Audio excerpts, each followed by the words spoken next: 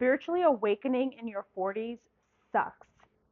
But there's also a really good point to awakening in your 40s, and I want to talk about that in this video. When you're in your 40s, you're in the middle of life. You've got things going on, things to do, people to see, places to be, and it's really hard to throw on top of that.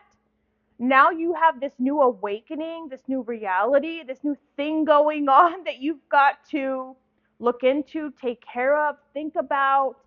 I mean, when I had my spiritual awakening, I was just about to turn 40, and it blew me away. It totally changed my reality. It changed what I thought was real.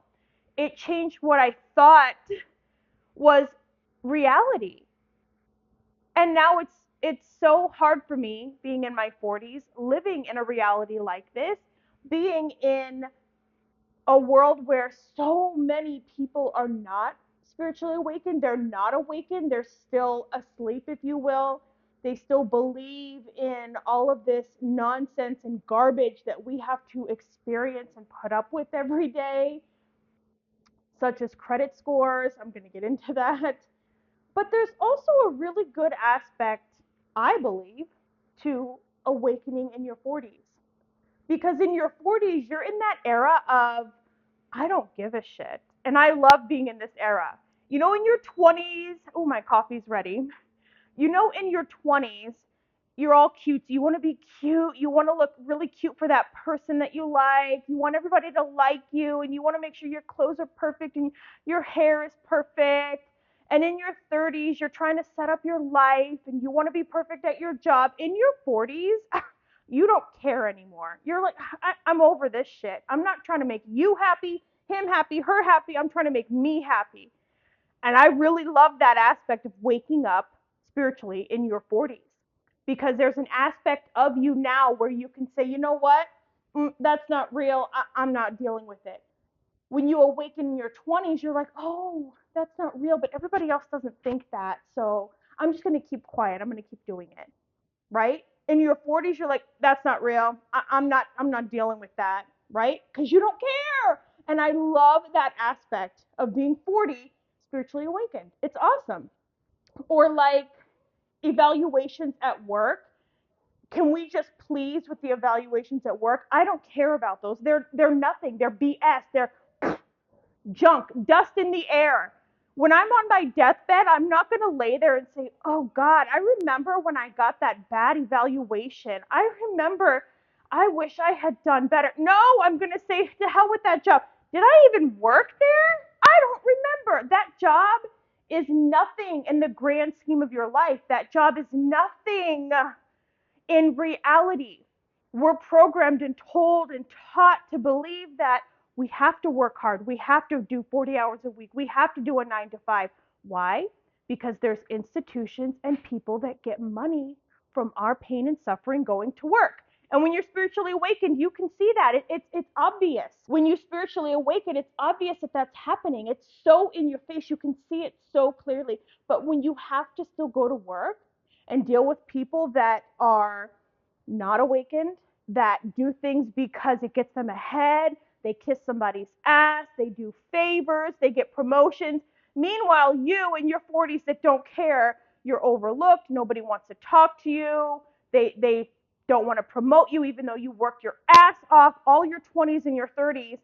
But now that you're in a place where you don't care, especially me, because I'm spiritually awakened and I'm like, oh, that's a lie. Oh, that's not true.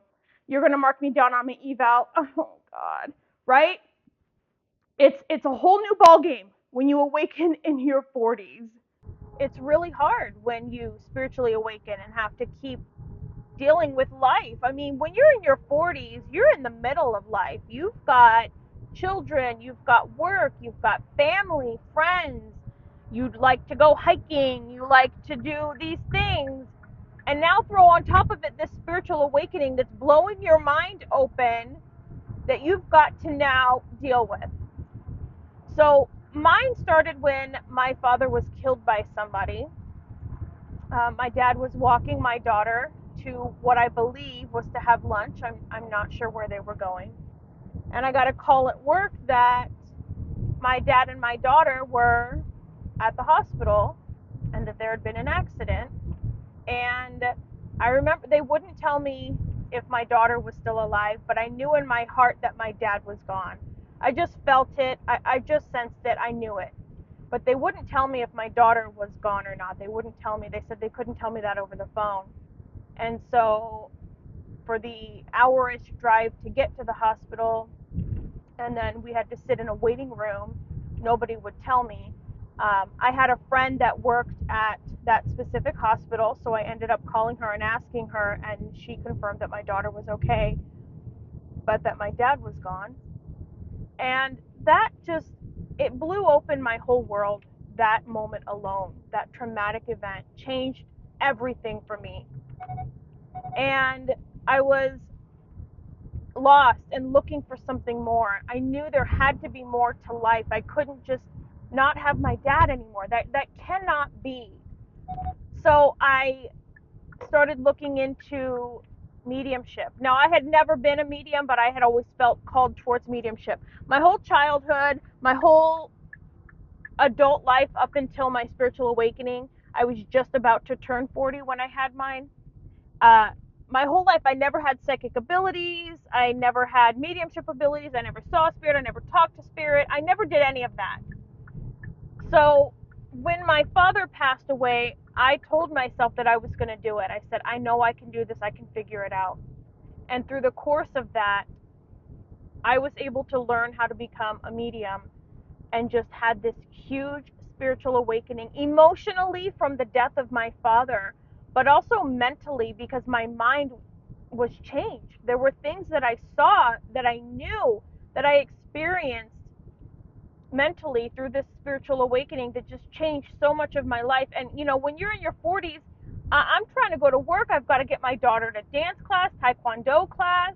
I've got to get her to school, from school. I've got to get myself to work. I mean, the list goes on and on and on and on and on. And it's really hard to fit all of this in. And then especially too when this spiritual awakening happens in your 40s and everybody's known you your whole life as just this person, and we'll use me as an example. Everybody's known me my whole life. Here's Melinda. She's not psychic. She can't do mediumship. She's nothing special. So I thought. And now all of a sudden, I'm psychic and I can see things and know things, and I see colors around people now. I can tell if somebody's lying to me now. I can see when somebody doesn't feel good now. I can see injuries in their bodies. And people get freaked out by that. They don't like it. And so, like in your 40s, let me tell you, you really figure out who your real friends are when you awaken in your 40s. Let alone start having success in your 40s. The world, I don't know why it's like this. I've never been like this. Like, I will celebrate you. I will clap you. I will applaud you. I will buy your book. I will buy your service. I will do shit to support you. I don't know why people, when they see somebody else succeeding or being happy, they have to tear them down, right? Like, people I've known my whole entire freaking life, since I was 5 years old, kindergarten, and I'm in my 40s now, and I still know these people, don't support. Or if they do it in a silent manner where, oh, I don't want to post anything on social media, but good for you. Oh, I don't want to buy your book, but good for you. You know, when you're in your 40s, though, this is the part that I love, you don't care, right? Like when you're in your 20s and you lose a friend, you're like, oh my God, what did I do? How did I mess this up? What am I doing? And in your 40s, you're like, bye, I'm going to see you later. Maybe I will, maybe I won't. I love that about being in your 40s, spiritually awakening.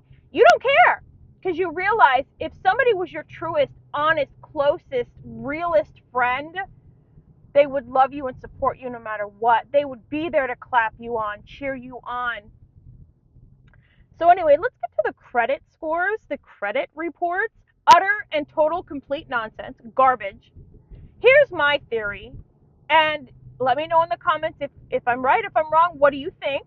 Here's my theory. If I'm on my deathbed and I can't look back at something with excitement and happiness, it ain't real and I don't give a shit. Okay? So if I'm on my deathbed and I lay there saying, oh my God, I wish my credit score had been higher. What did I do with my life? Then I'll come back and correct myself. Okay? If I'm on my deathbed and I'm like, oh my God, that evaluation at work, why didn't I do better? I'll come back and correct myself, but I guarantee you that's not going to happen. So, like these evaluations at work that are meant to demoralize you, my favorite is when now, all in my 20s and my 30s, I strived so hard to get good evals.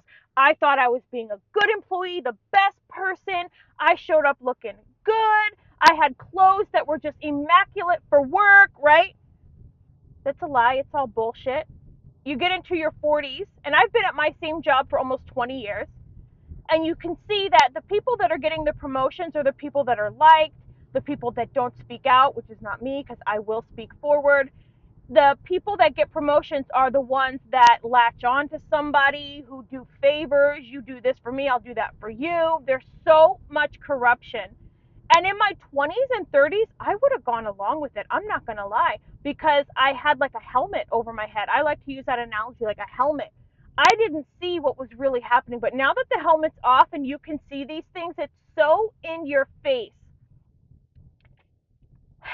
But I'm in my 40s, spiritually awakened. I'm stuck in the middle of this crap. I still got to go to work. I still got to have my evaluation, which I don't care about anymore. Mark me down. My favorite is when they say to you, after you've been killing yourself to do all the right things in my 20s and 30s, killing myself to get these amazing evaluations that don't mean anything. You can use them for toilet paper.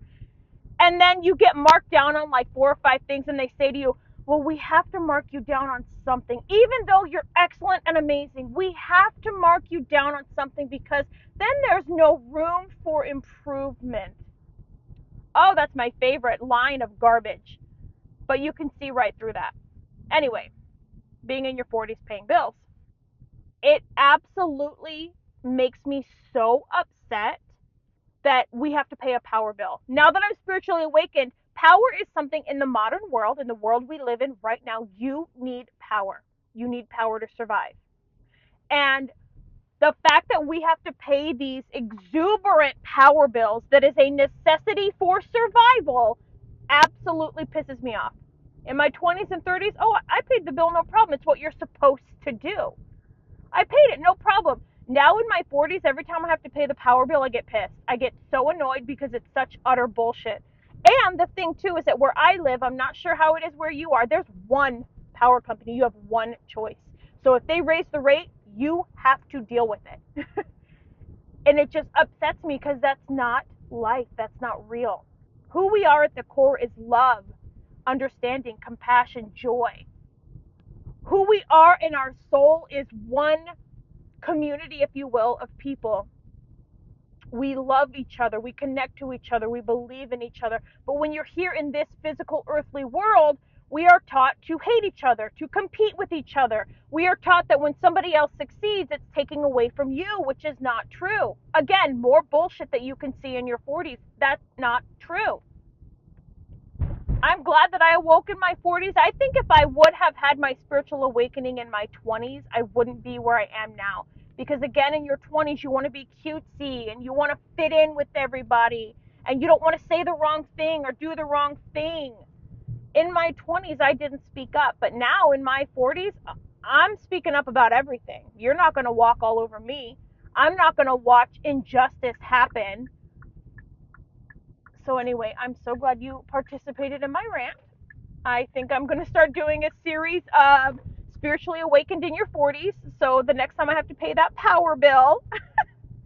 Credit scores are a total and complete lie. They are meant to keep you demoralized. They are meant to keep you in lower status because you're always striving and fighting and thinking that that credit score means something. So again, when you're on your deathbed, oh God, my credit score, let me know, okay? Because it's utter and complete bullshit. You can have an 850 or you can have a 305. You're still amazing. You're still powerful. You're still strong. You're still beautiful. You're still capable. But the world wants you to believe that because you have this low credit score, you're less than. That credit score doesn't mean a damn thing. Anyway, thank you for joining my Spiritually Awakened in Your 40s rant. What do you feel now that you're spiritually awakened in your 40s or 50s, 60s, whatever it is? Maybe you're in your 20s or 30s. What is your spiritual awakening like? What have you learned? And whatever stage you had it at, are you glad you had it at that stage, or do you wish you had had it at a different one? Like me, I'm so happy I had mine close to my 40s instead of in my 20s. But what about you? How do you feel? What was your experience like with your spiritual awakening? Leave it down in the comments. Let us know. A lot of you like to send me Instagram messages because you don't want to put public comments on YouTube. That's totally fine. Leave me a message on Instagram. I will block your name out and share it.